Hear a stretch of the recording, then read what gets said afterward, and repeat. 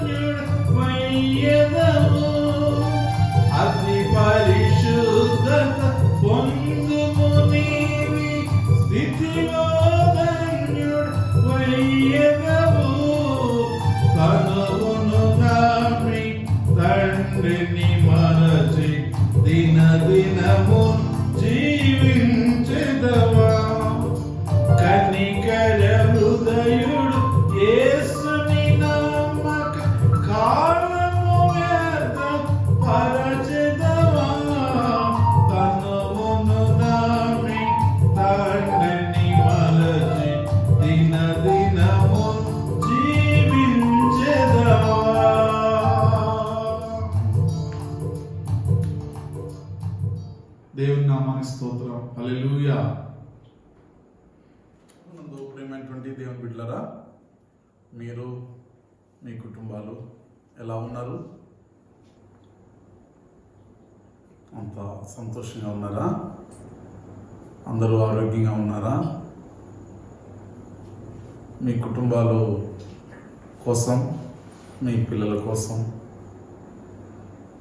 మీ యొక్క పరిస్థితులన్నిటి కోసం కూడా మేము ప్రార్థన చేస్తున్నామండి. దేవుడు తప్పనిసరిగా మనందరికీ విడుదల ఇస్తాడు. ఈ లోకంలో శ్రమలు కలుగుతాయి, కానీ మనం మరి కొన్నాళ్ళు సహించాలి. యేసుక్రీస్తు వారు మన కొరకు ఆయన ఎంతో శ్రమపడి మనందరికీ తన ప్రాణాన్ని పెట్టి మనం రక్షించుకున్నారు. అలాగే ఆ కార్యాన్ని ఇంకనూ ఆయన కొనసాగిస్తారు.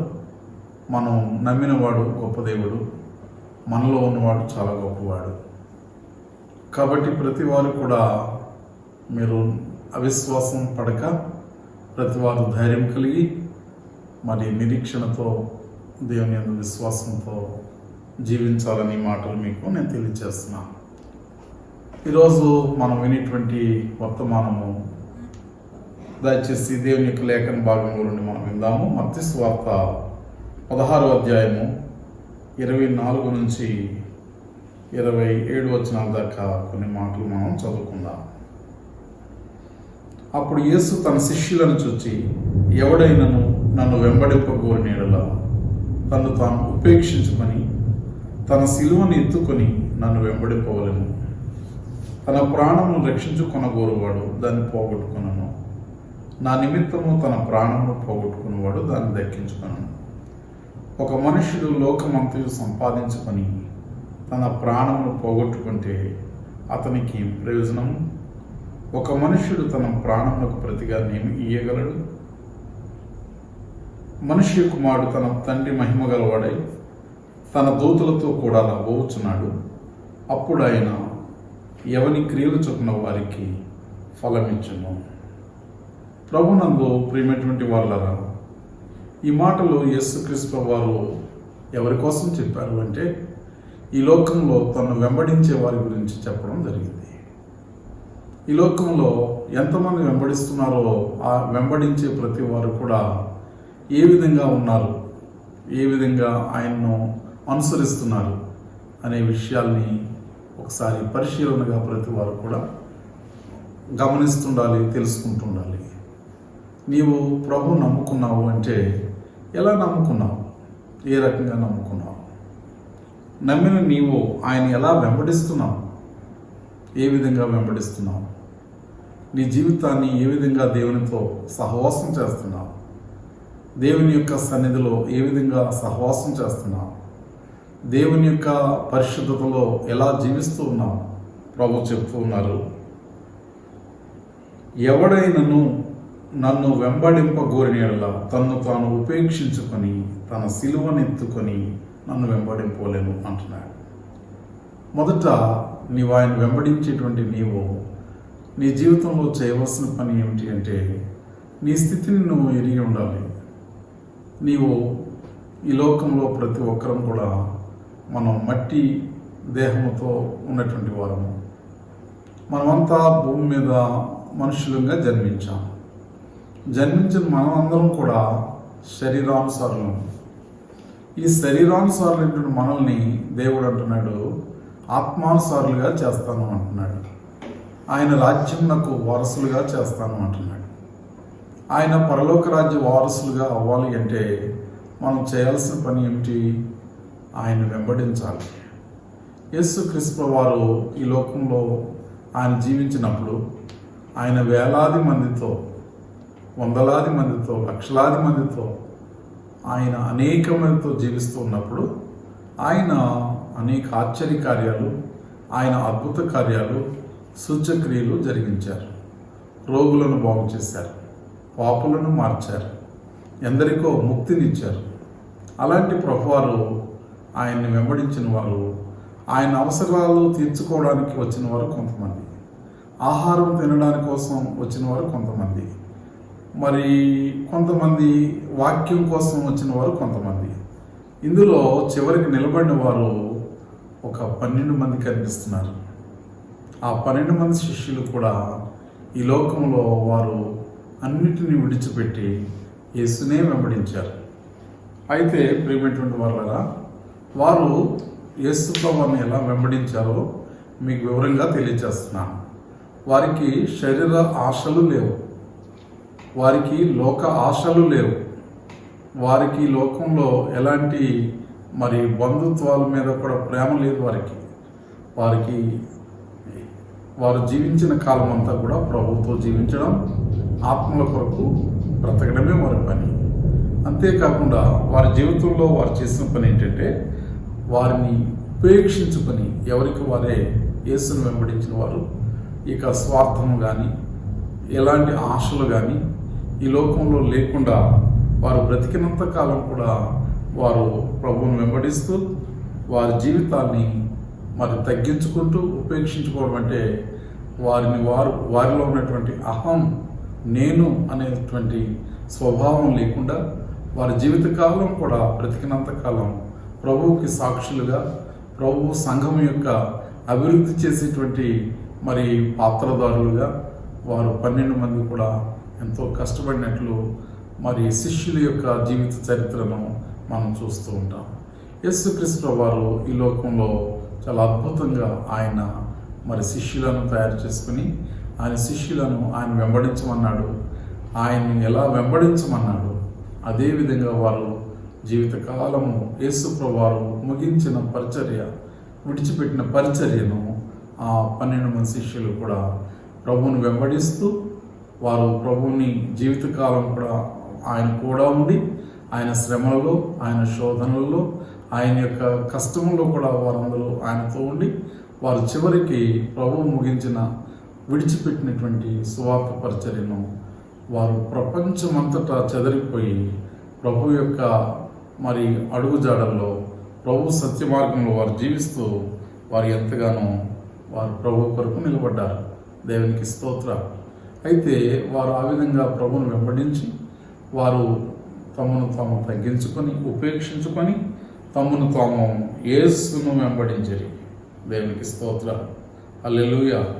అంతేకాకుండా వారు సిలువని ఎత్తుకొని యేసుని వెంబడించాలని చెప్పాడు.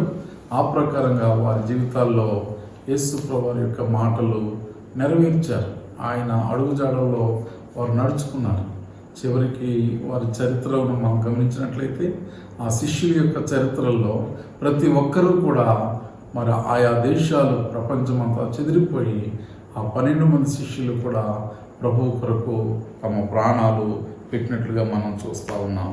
అందువలన ప్రియమైనటువంటి వాళ్ళరా, ఆదిమ సంఘములో ఉన్నటువంటి మొదట శతాబ్దంలో ఉన్నటువంటి సంఘము, అలాగనే ఆనాడు ఉన్నటువంటి శిష్యులు ప్రభువు యొక్క సువార్త పరిచర్యను ఈవేళ ప్రపంచమంతా కూడా వారు విస్తరింపబడ్డానికి మూలకారకులు ఈ యేసును వెంబడించినటువంటి ఈ 12 మంది సంఘ అధికారులైనటువంటి అపోస్తలులు మరియు సంఘంలో చేర్చబడిన సంఘ విశ్వాసులు అందరూ కూడా ఒక మాట మీద ఉండి వారందరూ ఐక్యతగా ఉండి యేసు ప్రభువారి యొక్క అడుగుజాడలో వారు నడుచుకొని వారు ప్రభు సన్నిధిలో జీవించారు. దేవునికి స్తోత్రం. అయితే ఈ రోజుల్లో సంఘ విశ్వాసులు ఇవన్నీ కూడా అనుసరించకుండా ఎవరి ఇష్టానుసారంగా వారు జీవిస్తూ ఉన్నారు. మనం జీవితంలో ప్రతి ఒక్కరూ కూడా రక్షించబడ్డామంటే మన ఇష్టానుసారంగా కాదు, మన కోసం కాదు, కానీ దేవుని మాట ప్రకారంగా మనం జీవించాలని దేవుడు తెలియజేస్తూ ఉన్నాడు. అయితే ఈ ఆజ్ఞ ఎవరిది అంటే యేసు ప్రభువు ఆజ్ఞాపించాడు. ఏమని? ఎవడైనను నన్ను వెంబడింపగోరిన యెడల తన్ను తాను ఉపేక్షించుకోవాలి, తన సిలువను ఎత్తుకోవాలి, నన్ను వెంబడించాలి అని ప్రభు చెప్తా ఉన్నాడు. ప్రియమైనటువంటి వాళ్ళరా, ఆయన వెంబడించాలని ఆశపడినటువంటి నీవు ఎలా వెంబడిస్తున్నావు? నిన్ను తగ్గించుకుంటున్నావా? నీ పాత స్వభావాన్ని, నీ శరీర స్వభావాన్ని, శరీర క్రియల్ని నీవు అణుచుకుని నువ్వు ప్రభు కొరకు పరిశుద్ధంగా జీవిస్తున్నావా? దేవుని వెంబడిస్తున్నావా? అలాగైతే నీ సిలువను ప్రభువు సిలువ మోయడమే కాదు, మనము కూడా మన జీవితంలో మన సిలువను ఎత్తుకొని ఆయన వెంబడించవలెను అంటున్నాడు. తన సిలువ, తన అంటే యేసు ప్రభువారి సిలువ కాదు. ప్రతి ఒక్కరూ కూడా ఈ లోకంలో ఎన్నో శ్రమల భారాలు, ఎన్నో శోధనలు, ఎన్నో పరిస్థితులు, వీటన్నిటిని కూడా ఎత్తుకొని మరి యేసు ప్రభువారిని వెంబడించాలి అని ఆయన తెలియజేస్తూ ఉన్నారు. కాబట్టి ప్రియమైనటువంటి వాళ్ళరా, ఈ విషయాల్ని మీరు చాలా జాగ్రత్తగా గమనించాలని మీకు నేను మనం చేస్తూ ఉన్నాను. కాబట్టి యేసు ప్రభువుని వెంబడించే ప్రతి ఒక్కరు కూడా వారిలో ఉన్నటువంటి గర్వం, వారిలో ఉండేటువంటి అహంకారం, వారిలో ఉండేటువంటి శరీర సంబంధమైన ఆ స్వభావాలు, గుణాలు, వాటన్నిటిని కూడా విడిచిపెట్టి ప్రభు సన్నిధిలో ప్రతి వారు కూడా మరి మీరు ఒప్పుకున్నట్లుగా, ఆయన దగ్గర రక్షణ పొందినప్పుడు తీర్మానం చేసుకున్నట్లుగా ప్రతి వారు కూడా మీ జీవితకాలం ప్రభువులో నమ్మకంగా జీవించాలని ఈ మాటలు మీకు తెలియజేస్తూ ఉన్నాను. అయితే ప్రియమైనటువంటి వారులారా, మనలో ఏ రకమైన పాపము కానీ, ఏ రకమైనటువంటి వ్యతిరేకత కానీ, ప్రభువు యొక్క వాక్యానికి వ్యతిరేకమైన విషయాలు కానీ, దేవుని మాటకు వ్యతిరేకత కానీ మన జీవితంలో ఉండకూడదు. కేవలం మనమందరం కూడా శరీరానుసారంగా కాకుండా ఆత్మానుసారంగా జీవించాలని మీకు ఈ మాటలు నేను తెలియజేస్తూ ఉన్నాను. కాబట్టి ఈ విషయంలో ప్రతి వారు కూడా మరి మన జీవితంలో యేసు ప్రభువుని నమ్ముకోవడం యొక్క ఉద్దేశము ఈ విధమైనటువంటి తగ్గించుకోవడం, సిలువను ఎత్తుకుని సిలువను మోయడం, వీటి యొక్క వెనకాల చరిత్ర ఏమిటి అంటే, రాబోయే కాలంలో మనం పొందే గొప్ప చరిత్ర, గొప్ప అనుభవం ఏమిటంటే రక్షణ భాగ్యం. ఈ లోకంలో రక్షణ పొందుకున్న ప్రతి ఒక్కరూ కూడా ప్రభు రాజ్యాన్ని సంపాదించుకోగలుగుతారు. ఈవేళ మనం భారతదేశంలో ఉన్న భారత పౌరులు, వేరే మరి దేశము అనగా పరలోకము అనేటువంటిది అదొక దేవుని యొక్క దేశం. భూలోకము అనేది మానవుల దేశం.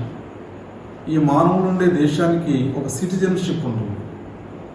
ఉదాహరణకు మనం భారతీయులైనటువంటి మనం అందరం కూడా భారతదేశంలో ఉన్నటువంటి హక్కులకు, భారతదేశంలో గవర్నమెంట్ ఇచ్చేటువంటి సదుపాయాలకు అన్నింటినీ అనుభవించడానికి మనం హక్కుదారులు. అలాగే వేరే దేశాల నుంచి దేశానికి వచ్చేటువంటి వ్యక్తి కూడా మరి అవన్నీ అనుభవించాలి అంటే ఆ వ్యక్తి మన దేశంలో మరి అధికారుల యొక్క పర్మిషన్ పొందాలి, వీసా పొందాలి, ఆ తర్వాత పాస్పోర్ట్ కలిగి ఉండాలి. ఆ వ్యక్తి మన యొక్క రూల్స్ అండ్ రెగ్యులేషన్ ప్రకారంగా ఇక్కడ ఉండడానికి, ఇతడు నడవడానికి అతడు తీర్మానం చేసుకోవాలి. అంతేగాని అతని ఇష్టానుసారంగా ఉండడానికి ఇష్టం మరి ప్రభుత్వం అంగీకరించదు. అలాగే మనం భూమి మీద ఉన్నంత కాలం కూడా భూ సంబంధంగా ఉంటున్నాం. ఇప్పుడు యేసు ప్రభువుని నమ్ముకోవడం వల్ల వచ్చేటువంటి లాభాలు ఏంటంటే, ఆయన్ని వెంబడించడం వలన కలిగే లాభాలు ఏంటంటే, ఆయనలో జీవిస్తూ ఆయన వెంబడిస్తూ సిలువని ఎత్తుకొని అలాగే మనల్ని మనం ఉపేక్షించుకొని యేసు ప్రభువుని వెంబడించడం వల్ల కలిగే లాభాలు ఏంటంటే, మనకు ప్రభువు యొక్క రాజ్యంలో వారసత్వం కలుగుతుంది. ఆయన యొక్క రాజ్యంలో మన ఆత్మ రక్షించబడుతుంది. లేకపోతే మనం నిత్య అగ్నిగుండానికి వెళ్ళిపోతాం. ఈ లోకంలో యేసుక్రీస్తు వారు వచ్చిన ఉద్దేశం ఏంటి అంటే, ఆయన మతాన్ని స్థాపించడానికి రాలేదు, ఆయన సంఘాన్ని స్థాపించడానికి రాలేదు. ఆయన సామ్రాజ్యాన్ని నెలకొల్పుకుని పేరు ప్రఖ్యాతులు తెచ్చుకుని ఈ లోకంలో భూములు, ఆస్తులు, సంపాదనలు సంపాదించి ఆయన ప్రపంచంలో సామ్రాజ్యాన్ని స్థాపించడానికి రాలేదు. ఆయన వచ్చింది ఎవరి కోసం అంటే, నశించిపోతున్న ఆత్మలను రక్షించడానికి ప్రభు వచ్చారు. ఆ వచ్చిన ప్రభు వారు ఈ లోకంలో ప్రతి వ్యక్తి యొక్క జీవితం కూడా మరి దేవునికి సంబంధం లేకుండా మధ్యలో సాతాను దేవునికి మానవునికి మధ్య పాపం అనే అడ్డుగోడను తీసుకొచ్చింది. ఆ పాపం అనే అడ్డుగోడను, దేవుని మాటను వినకపోవడం వలన మానవులు ఈ యొక్క పాపం అనేటువంటి అడ్డుగోడ ద్వారా దేవుణ్ణి చూడలేకపోతున్నారు, దేవుని యొక్క సహవాసం చేయలేకపోతున్నారు. ఈ రోజున ప్రతి ఒక్కరు కూడా దేవుడు అంటున్నారు కానీ ఆ దేవుడిని చేరలేకపోతూ ఉన్నారు. ఆ చేరలేని ప్రజల కోసం 2020 సంవత్సరాల పూర్వం యేసుక్రీస్తు వారు దేవాతి దేవుడై ఉండి పరలోకాన్ని విడిచిపెట్టి భూమి మీదకు ఒక చంటి బిడ్డ వలె ఆయన అవతార పురుషుడిగా ఈ లోకంలో జీవించి, ఆయన జీవించిన కాలంలో ఆయన్ను అందరూ మానవుడు అనుకున్నారు. ఆయన పెరిగి పెద్దవాడైన తర్వాత ఆయన చేస్తున్న కార్యాలు, ఆయన యొక్క పద్ధతులు, ఆయన విధానాలు చూసినప్పుడు అందరికీ ఈయన దేవుని కుమారుడు అని అందరికీ అర్థమయ్యే రీతిలో కనిపిస్తూ ఉన్నాడు. ఆయన రోగులను బాగు చేస్తున్నాడు, చనిపోయిన వారిని లేవనెత్తుతున్నాడు, మరి ఎన్నో భయంకర వ్యాధులను బాగు చేస్తూ ఉన్నాడు. ఈ లోకంలో ప్రతి ఒక్కరికి కూడా ఎన్నో అద్భుతాలు, ఆశ్చర్యకార్యాలు ఆయన చేస్తూ ఉంటే మరి ఆయన యొక్క కీర్తి, ఆయన యొక్క మరి పేరు మరి వాడవాడల, మండలాల, జిల్లాలు, అలాగే రాష్ట్రాలు, దేశాలు, ప్రపంచమంతా ఆయన కీర్తి అంతా కూడా ప్రకటించబడింది. అందుకని ఈవేళ ఆ నీతిమంతుడైన ప్రభువారిని గురించి ప్రపంచమంతా తెలుసుకొని మరి సత్యదేవుడు ఆయనే అని, ఆయనే పాపులకు మరి విముక్తి ఇచ్చేవాడని, ఆయన ప్రతి ఒక్కరిని కూడా రక్షించేవాడని తెలుసుకొని ఆయన వెంబడిస్తూ ఉన్నారు. కాబట్టి ప్రియమైనటువంటి వాళ్ళ మరి మీకు చెప్పాను కదా, భూమి మీద ఉన్నటువంటి ఈ భూలోకం ఉన్న వాళ్ళకి ఒక వీసా, పాస్పోర్ట్ అనేటువంటివి ఎలాగైతే ఉండి వారందరూ కూడా విదేశానికి వెళ్ళి వస్తున్నారో, వాటి యొక్క హక్కులు కలిగి ఉంటున్నారు, అలాగనే ఈ భూమి మీద ఉన్న మానవుడు ప్రతి వ్యక్తి కూడా దేవుని రాజ్య సంబంధులుగా ఉండడానికి, దేవుని యొక్క రాజ్యంలో వారసులుగా ఉండడానికి, ఆయన నెలకొల్పేటువంటి ఆ యొక్క పరలోక భవనాలలో ఈ యొక్క మనుషులు జీవించడానికి దేవుడు ఆయన ఈ లోకానికి రక్షించడానికి వచ్చాడు. కాబట్టి ఆయనను రక్షణ పొందుకొని ఆయన యొక్క రాజ్యంలో ఎవరైతే చేరాలనుకున్నారో అట్టి వారందరూ కూడా ఏం చేయాలటండి, యేసు ప్రభువును వెంబడించేటువంటి ప్రతి వ్యక్తులు కూడా ఆయన తన్ను తాను ఉపేక్షించుకొని సిలువనెత్తుకొని యేసు ప్రభువును వెంబడించాలి. అయితే ఈ లోకంలో మరి కండిషన్స్ ఏమిటి? ఆ కండిషన్స్ మానవుడు పరిశుద్ధుడిగా జీవించాలి, ఏ విధమైన పాపమో చేయకూడదు, ఎలాంటి బ్యాడ్ హ్యాబిట్స్ కూడా, చెడు అలవాట్లు కూడా మానవునికి ఉండకూడదు, అతడు దేవుని వంటి మనసు కలిగి ఉండాలి, దేవునికి ఉన్న గుణలక్షణాలు కలిగి ఉండాలి. కాబట్టి ఆయన ఏమంటున్నాడు అంటే, తన ప్రాణమును రక్షించుకొనగోరువాడు దాన్ని పోగొట్టుకొను. ఏం పోగొట్టుకున్నాను? తన ప్రాణమును రక్షించుకొనగోరువాడు. ఇక్కడ సబ్జెక్ట్ ఏమిటి అంటే, ప్రాణము అనేది చాలా విలువైనది. శరీరము కంటే మరి ఇది ప్రాణము చాలా విలువైనది. ప్రియమైనటువంటి వాళ్ళరా, ఈ ప్రాణం, ఈ విలువైనటువంటి ఈ ప్రాణంలో మరి ఒక రోజున మనిషి బ్రతుకున్నంత కాలమే ప్రాణం మనిషికి విలువ. అది దేనివల్ల ఆ విలువ? మనిషిలో ఉన్న ప్రాణాన్ని బట్టి మనిషికి ఆ శరీరానికి విలువ. అయితే మానవుడు శరీరానుసారంగా జీవిస్తున్నాడు తప్ప ఆత్మానుసారంగా దేవుని యొక్క మాట ప్రకారం జీవించడం లేదు. అందుకని తన ప్రాణమును రక్షించుకొనగోరువాడు దాన్ని పోగొట్టుకున్నాడు. దేనిని? రక్షణ పోగొట్టుకుంటాడు. అంటే అతని యొక్క జీవితంలో ఆ పరలోకాన్ని పోగొట్టుకుంటాడు. ఈ లోకం కావాలనుకున్నవాడు, ఈ లోకంలో అనేక అలవాట్లు కలిగి ఉండాలనుకున్నవాడు, ఎన్నో పాపాలు చేయాలనుకున్నవాడు ఏం పోగొట్టుకుంటాడట? రక్షణ పోగొట్టుకుంటాడట, తన ప్రాణాన్ని పోగొట్టుకుంటాడట, తన దేవుని రాజ్యాన్ని పోగొట్టుకుంటాడట. అయితే నీకు దేవుని రాజ్యం కావాలి, నీ యొక్క ప్రాణమునకు రక్షణ కావాలి అంటే ప్రతి వ్యక్తి కూడా ఏం చేయాలి? ఈ లోకంలో ఉన్న వాటిని ప్రేమించకూడదు. ప్రభు చెప్తున్నాడు, ఎవడైనాను ఈ లోకమును ప్రేమించిన తండ్రి ప్రేమ వానిలో ఉండదు అంటున్నాడు. కనుక లోకంలో ఉన్నదంతా ఏంటి? శరీరాశ, నేత్రాశ, జీవపు డమ్మం. ప్రేమైన వాళ్ళ ఈ లోకంలో శరీరాన్ని ప్రేమించి, శరీర కార్యాలను ప్రేమించి చాలామంది దేవునికి దూరమైపోతున్నారు.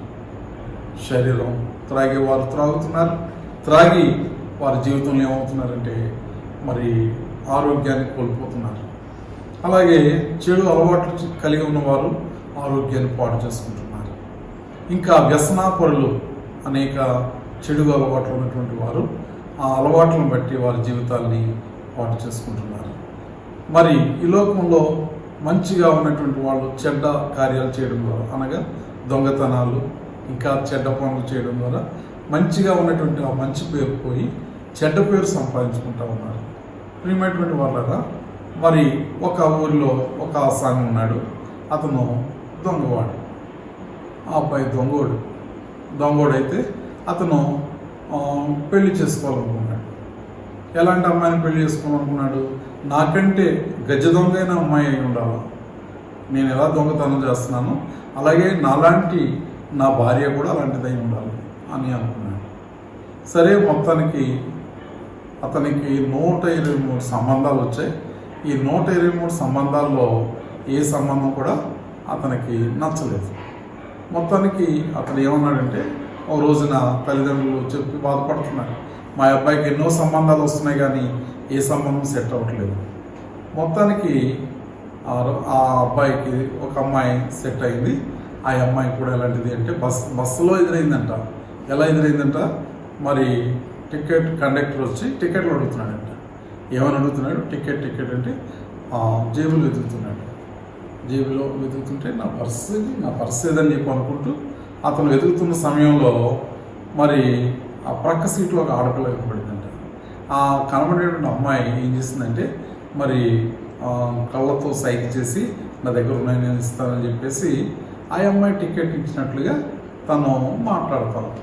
తీరా చూస్తే తన దగ్గర లేవు. ఇలాగ మొత్తానికి ఆ యొక్క ఇద్దరు కలిసి ఆ కండక్టర్ను మోసం చేసి మొత్తం ప్రయాణం చేశారు. ఈ లోపల ఏం జరిగింది అంటే మరి వాళ్ళు ఒకరినొకరు మాట్లాడుకున్నాక నేనే దొంగోడంటే నాకంటే దొంగదాన్ని దొరికావు అనుకుని అప్పుడు తల్లిదండ్రులు ఇష్టపడిన సంబంధాలు చేసుకోకుండా వీడు ఆ దారిలో దొరికిన అమ్మాయిని పెళ్లి చేసుకున్నాడు. ఒక రోజున ఏం జరిగిందో తెలుసా? వాళ్ళిద్దరు పెళ్లి చేసుకున్నారు. వాళ్ళకి ఓ పిల్లవాడు పుట్టాడు. ఆ పిల్లవాడు పుట్టిన తర్వాత మరి హాస్పిటల్లో నర్సు గారు ఏం చేసిందంటే మరి బిడ్డకి డెలివరీ కార్యక్రమాన్ని హాస్పిటల్లో జరిగిస్తూ ఉన్నారు. ఆ యవన నర్సు అనేటువంటి ఆమె వేలికి ఉంగరాన్ని పెట్టుకుని ఆమె ఆ రోజు డ్యూటీకి వెళ్ళింది. పురుడు పోసే సమయంలో మరి ఈ యొక్క తల్లి గర్భం నుంచి వచ్చినటువంటి ఆ చంటి బిడ్డ ఏం చేశాడో తెలుసా అండి? మరి మొత్తానికి ఆ యొక్క బిడ్డ ఆ తల్లి ఉంగరాన్ని వీడు చేత్తో పట్టుకున్నాడు. ఈ నర్సు స్నానం అన్నీ అయిపోయిన తర్వాత నేను బంగారు ఉంగరం పెట్టుకున్నాను కదా, నా ఉంగరం ఏదని ఆమె ఆఫీసు, ఆమె యొక్క రూము మొత్తం అన్నీ వెతుక్కుంటుంది. కానీ ఎక్కడ చూసినా ఆమె పర్స్ చూసినా, ఆమె బ్యాగ్ చూసినా, వెతికిన గదులన్నీ కూడా చూసినా ఆ వస్తువు పోలేదు. ఇదే ఎక్కడుంది? నేను అసలు వేళ ఉంగరం పెట్టుకొచ్చానా లేదా, అసలు ఉంగరంతో నా రేలుకి పెట్టుకున్నానా లేదా అని తీరా చూసి ఏం చేసింది?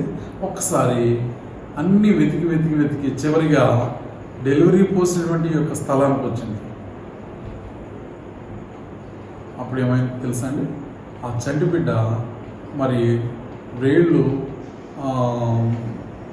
ఆ హస్తాన్ని కొద్దిగా వదిలినట్టుగా ఉండాలి, అలాంటిది పిడికిలు గట్టిగా బిగించున్నాడు. అర్థమైందా మీకు? ఆ బిగించున్న పిడికిల్లో ఏదో పట్టుకుని ఉన్నట్టుగా ఉన్నాడు ఆ పుట్టిన పిల్లవాడు. అలా ఉండినప్పుడు ఏమైందంటే ఈ నర్సుకి డౌట్ వచ్చి, పుట్టిన పిల్లలు కొన్నిసార్లు ఇలా ఉంటారు, అయినా సరే ఒకసారి చూద్దామని చెప్పి ఎలా చూస్తే ఆ పిల్లవాడు ఆ చేతిలో ఉంది ఆ నర్సు యొక్క ఉంగరం. ఆ ఉంగరాన్ని చూసి నర్సు ఆశ్చర్యపోయింది. ఏమైనా ఆశ్చర్యపోయిందంటే, మీరిద్దరూ దొంగోళ్ళు, మీతో పాటు మీ పిల్లోడు కూడా దొంగోడు అండి, మీ పిల్లోడు దొంగ పిల్లోడు మీరు కన్నారని చెప్పేసి ఆ తల్లి ఆ నర్సు తెలియజేస్తూ ఉంది. ప్రియమైనటువంటి వాళ్ళ గమనించండి, మన యొక్క అలవాట్లను బట్టి మన పిల్లలు కుటుంబాలు కూడా ఇలా పాడైపోతూ ఉంటారు. కనుక ప్రియమైనటువంటి వాళ్ళరా, ఈ లోకంలో మనం అందరం కూడా మరి దేవుని యొక్క చిత్తానుసారంగా, దేవుని యొక్క మాట ప్రకారంగా మనం జీవించగలిగితే దేవుడు మనల్ని, మన కుటుంబాలని ఎంతగానో ఆయన ఆశీర్వదిస్తాడు. దేవునికి స్తోత్రం. కనుక ప్రతి వారు కూడా ఈ లోకంలో తన ప్రాణమును రక్షించుకునేవాడు దాన్ని పోగొట్టుకుని, దేన్ని అంటే యేసు ప్రభువుని నమ్ముకునేటువంటి ప్రతి వ్యక్తి కూడా మారు మనసు పొంది పరిశుద్ధ జీవితాన్ని కలిగి మరి రక్షణ అనుభవాన్ని కలిగి, అలాగే బాప్తిస్మ అనుభవాన్ని కలిగి, మరి పరిశుద్ధాత్మ అనుభవం కలిగి, తర్వాత లోకంలో వేరై రక్షణ పొంది పరిశుద్ధులుగా జీవించినప్పుడు నీవు నీ ప్రాణాన్ని దక్కించుకుంటావు.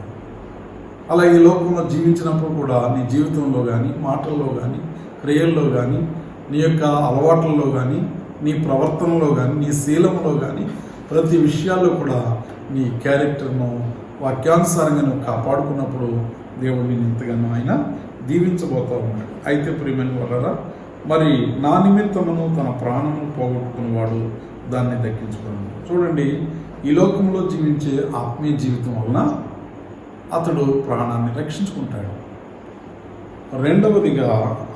మూడవదిగా యేసు ప్రభువాన్ని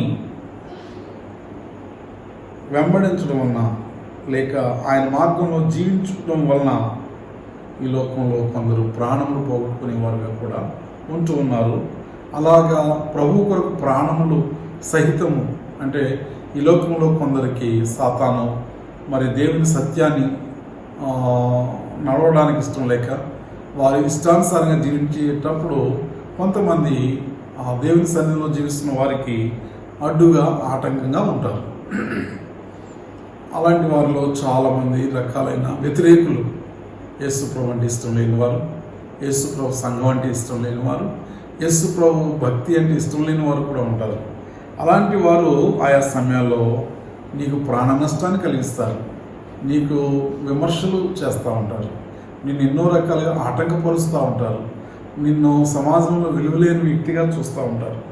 అలాంటి సమయంలో కూడా నీవు ప్రభువుని నమ్ముకొని ఆయన కొరకు నీవు నమ్మకంగా జీవించినట్లయితే, చివరికి నీకు ప్రాణం మీద కూడా నష్టం వచ్చినప్పుడు ఆ ప్రాణాన్ని లక్ష్య పెట్టకుండా నువ్వు ప్రభు కొరకు నీవు జీవించినట్లయితే నీ ప్రాణాన్ని పరలోక రాజ్యంలో నీవు జీవించడానికి, నీవు నిత్యము కూడా కొనసాగడానికి ప్రభు సహాయం చేస్తాడు. అందుకని యేసు ప్రభు ఈ లోకంలో చూడండి, ఆయన జీవించిన మరి 33.5 సంవత్సరాలు కూడా ఆయన ఏ రోజున కూడా సుఖపడినట్లేదు. ఆయన తల్లి గర్భంలో జన్మించింది మొదలు తల్లికి శ్రమ, భూమి మీద పిండముగా పడిన ఆ చిన్న బిడ్డగా మరి జన్మించిన ఆ కుమారుణ్ణి కూడా ఎందరో ఎన్నో రకాల విమర్శలు, చివరికి ఆయన చనిపోయే రోజు వరకు కూడా ఆయన విమర్శ చేస్తూ ఉన్నారు. ఆయన జీవితం ఎంతో విశేషమైనది, ఆయన జన్మ ఎంతో విశేషమైనది, ఆయన సిలువ ఎంతో విశేషమైనది. ఆయన మరి సిలువలో వేలాడి మరి ఎందరో మనుషులను సాధించాలి పగా, కానీ ఆయన అందరినీ క్షమిస్తున్నాడు. ప్రియమైనటువంటి వాళ్ళరా, ఆయన అంటున్నాడు, మీ తండ్రి మీరేమి చేయుచున్నారో మీరు ఎరుగరని ప్రతి వారిని గురించి కూడా ఆయన క్షమాపణ మాటలు పలుకుతూ ఉన్నాడు. ఈ విధంగా 7 మాటలు పలికినప్పుడు మరి ప్రపంచమంతా కూడా ఆశ్చర్యపోయింది. ఆయన సిలువ వేయబడినప్పుడు మరి దేవాలయపు తెర మరి 2గా చినిగిపోయింది. ఆయన చనిపోయినప్పుడు సమాధులు తెరవబడ్డాయి. ఆయన చనిపోయినప్పుడు భూలోకం అంతా వణికిపోయింది. ఎంత విశేషం చూశారు. ఈవేళ కూడా ప్రపంచంలో ఎన్నో వింతలు విడ్డూరాలు జరుగుతూ ఉన్నాయి. అలాంటి జీవం గల దేవుని ఇప్పటికీ జనాలు తెలుసుకోలేదు. అయితే మరి ప్రతి వారు కూడా తెలుసుకోవాలని మీ అందరికీ కూడా నేను ప్రేమతో తెలియజేస్తూ ఉన్నాను. కావున ప్రియమైనటువంటి దేవుని బిడ్డలారా, తన ప్రాణంను రక్షించుకున్నవాడు దాన్ని పోగొట్టుకున్నాను. అంటే నీవు నీ ప్రాణాన్ని నిజంగా రక్షించుకోగలిగితే ఈ లోకంలో అనేకమైన వాటిని పోగొట్టుకుంటావు, అనేకమైన వాటిని నష్టపోతావు. అయినా నీకు నష్టమేమీ లేదు. కానీ ప్రభు కొరకు నువ్వు నమ్మకంగా జీవించినట్లయితే, నీ ప్రాణాన్ని ప్రభు కొరకు మరి పెట్టినట్లయితే నువ్వు ప్రభు రాజ్యంలో నీ ప్రాణాన్ని దక్కించుకున్నవాడు అవుతావు. ఒకవేళ నీవు అలాగా చేసుకోనున్నట్లయితే ఈ లోకంలో చూడండి, చాలామంది ఏం చేస్తూ ఉన్నారు, ఒక మనుషుడు లోకమంతా సంపాదించుకొని తన ప్రాణంను పోగొట్టుకుంటే వానికి ఏమి ప్రయోజనం అంటూ ఉన్నాడు. చాలామంది ఈవేళ ప్రపంచంలో మరి ఎందరో ప్రజలు, ఎన్నో రకాలైనటువంటి మనుషులు ఇండ్లు సంపాదిస్తున్నారు, ఆస్తులు సంపాదిస్తున్నారు, డబ్బు సంపాదిస్తున్నారు, బంగారం సంపాదిస్తున్నారు. చివరికి ఏదో ఒక క్షణాన చనిపోతున్నారు. ఈ విధంగా చనిపోయి వారు వట్టి చేతులతో వెళ్ళిపోతూ ఉన్నారు. వారు ఏం మోసుకొని వెళ్ళటం లేదు. గమనిస్తున్నారా? ఈ లోకం ఎవరికీ శాశ్వతం కాదు. మనకి శాశ్వతమైనది దేవుని రాజ్యం. యేసు ప్రభువు ఎందుకు వచ్చారు అంటే ఆయన రాజ్యములో నశించిపోతున్న మానవులు ఒక రోజున అందరూ చనిపోతారు. పేదవాడు మొదలుకొని ఉన్నతమైన వ్యక్తి వరకు కూడా ప్రతి వ్యక్తి చనిపోతారు. ఆ చనిపోయిన ప్రతి వ్యక్తి కూడా మరి ఎక్కడికి వెళ్తాడు అంటే మరి ప్రభు చెప్తున్నాడు, అందరూ నశించిపోయి వారు నిత్య నరకానికి వెళ్తారు అంటున్నాడు ఆయన.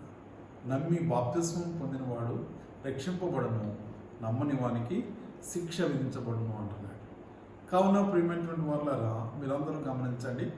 మరి ఈరోజు నీవు ఇంకా యేసు ప్రభువుని ఎరగకుండా ఉంటే, ఇంకా ఆయన గురించి తెలుసుకోకుండా ఉన్నట్లయితే నీవు ఈ లోకం శాశ్వతం కాదు, ఈ భూమి శాశ్వతం కాదు, కుటుంబం శాశ్వతం కాదు, తల్లిదండ్రులు శాశ్వతం కాదు, ఈ లోకంలో ఎవ్వరూ కూడా మనకు శాశ్వతం కాదు, ఏది శాశ్వతం కాదు.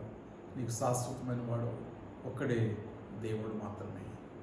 ఈ లోకంలో తల్లి విడిచిన, తండ్రి విడిచిన, అన్నదమ్ములు విడిచిన, అక్క చెల్లెలు విడిచిపెట్టిన, బంధువులు విడిచిపెట్టిన, భార్య విడిచిపెట్టిన, పిల్లలు విడిచిపెట్టిన, నిన్ను సృష్టించిన నీ సృష్టికర్త మాత్రం నిన్ను విడిచిపెట్టడు. అందుకని ఈ లోకంలో ప్రభు చెప్తూ ఉన్నాడు, ఒకడు లోకమంతయు సర్వలోకమంతయు సంపాదించుకొని తన ప్రాణమును పోగొట్టుకుంటా వానికి ఏమి లాభము అంటున్నాడు.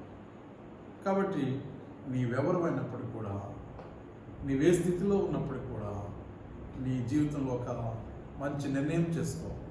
ఏమిటి ఆ నిర్ణయం అంటే, బ్రతుకున్నంతకాలం బ్రతుకుతాను, బ్రతికి నేను ఆ ప్రభువును ఆరాధించుకుంటాను, కుటుంబంతోనూ నాకున్న బంధువులతోనూ సంతోషంగా జీవిస్తాను.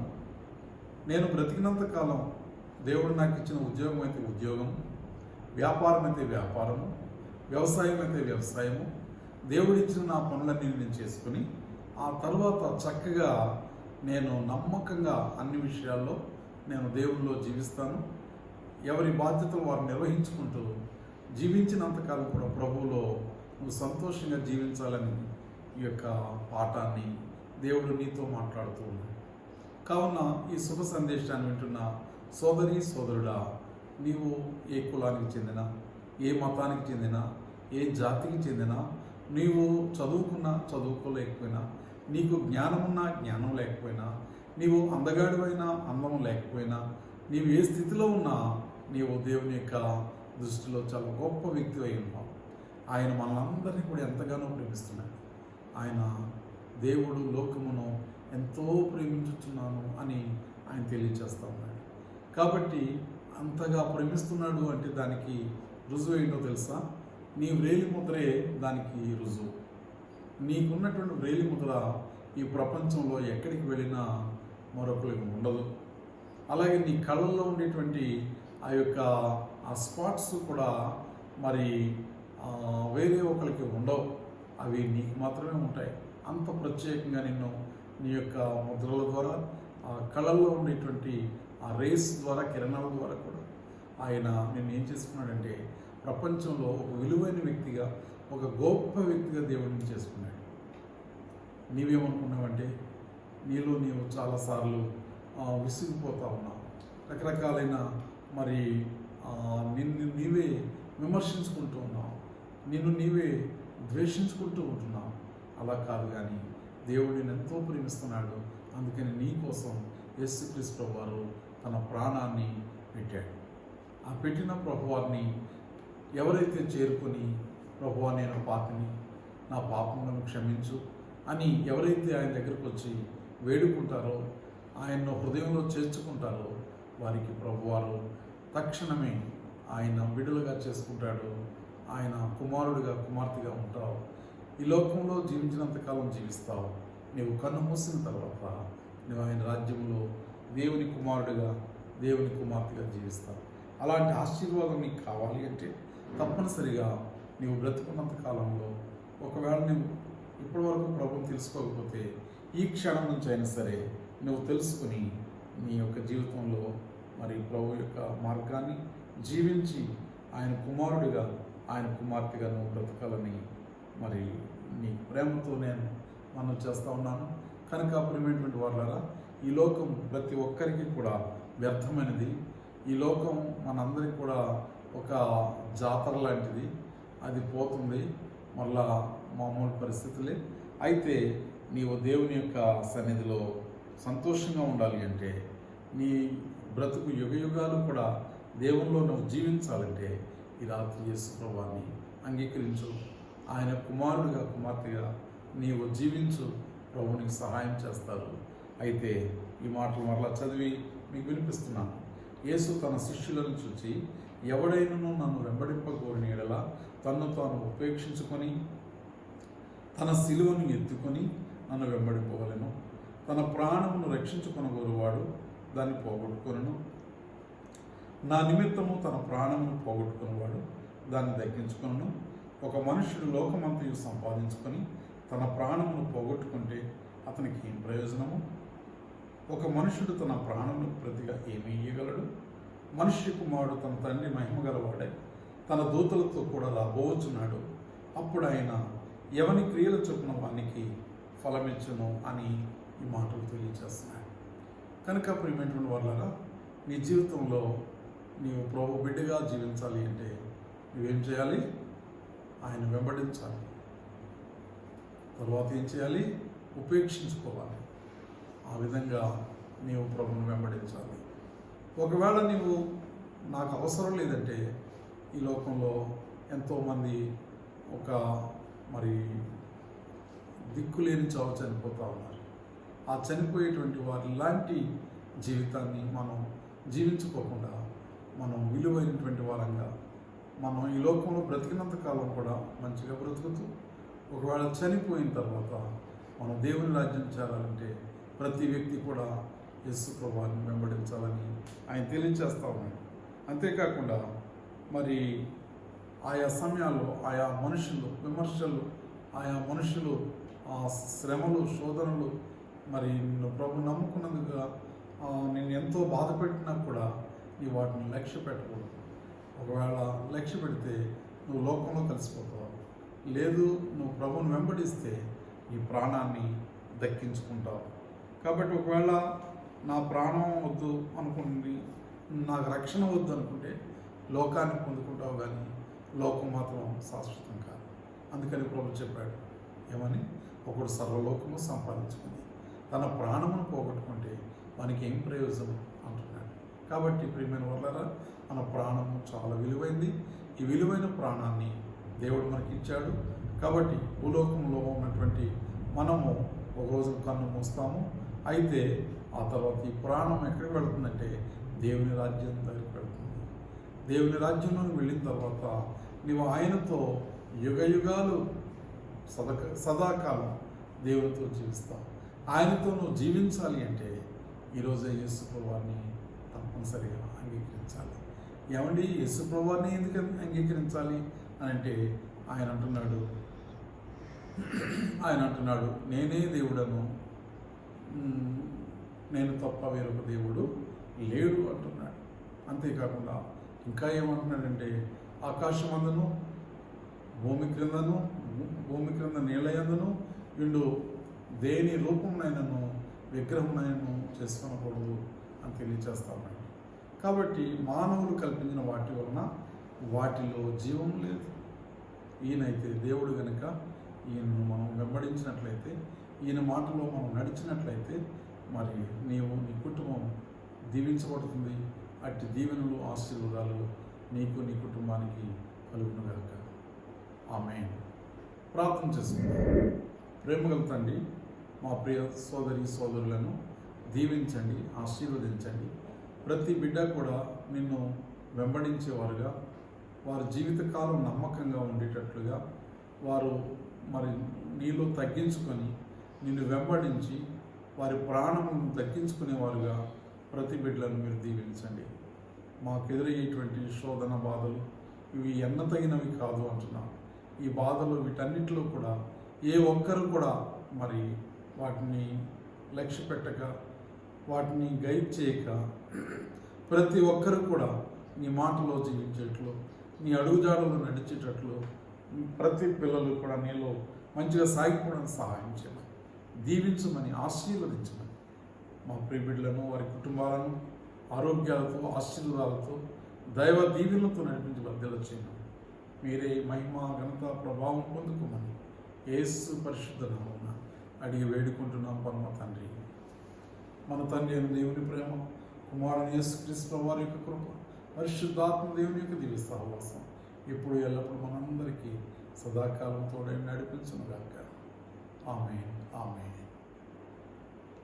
అందరికీ ప్రభు స్తోత్రాలు.